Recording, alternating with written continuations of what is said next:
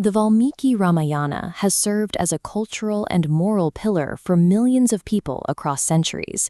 Yet, for many modern audiences, this vibrant epic has been flattened into the lines of a silent manuscript, often viewed as a static historical relic rather than a living narrative. In its original context, Valmiki's verses weren't meant for quiet, solitary reading. They were composed to be performed and heard. The epic functioned as a communal, shared experience, where a storyteller's voice provided the primary connection between the audience and the text. Without that vocal performance, much of the story's intended emotional resonance remains locked behind the ink. After the success of his Mahabharata series, Sudipta Bhaumik transitioned to the Stories of the Ramayana, aiming to restore that missing oral dimension. He uses the podcast format to replicate the intimacy of those ancient gatherings for a global, digital audience. For Bengali listeners, this style specifically mirrors Shruti Natak, a sophisticated tradition of audio dramas that relies entirely on vocal delivery to build a world. By stripping away modern visual spectacle, the podcast forces the listener's imagination to render the scenes, creating a direct cinematic link between the ancient verses and the mind. The narrative tension begins in the royal courts of Ayodhya.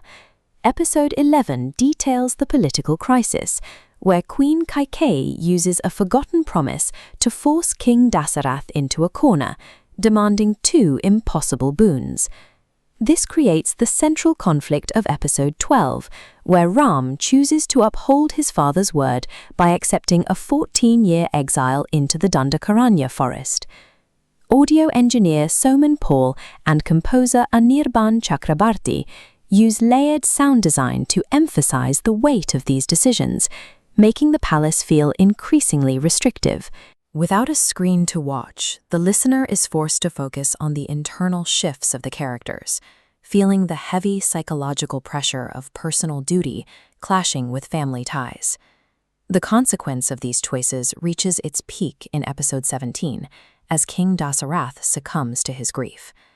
This timeline visualizes the cause and effect at work. Years earlier, Dasarath accidentally killed the son of a blind hermit, resulting in the curse now claiming his life. This single event cascades forward, showing how the king's past mistake necessitates the exile, and eventually the Great War. Bhaumik's delivery captures the visceral realization of a man finally understanding the inescapable momentum of his own past actions.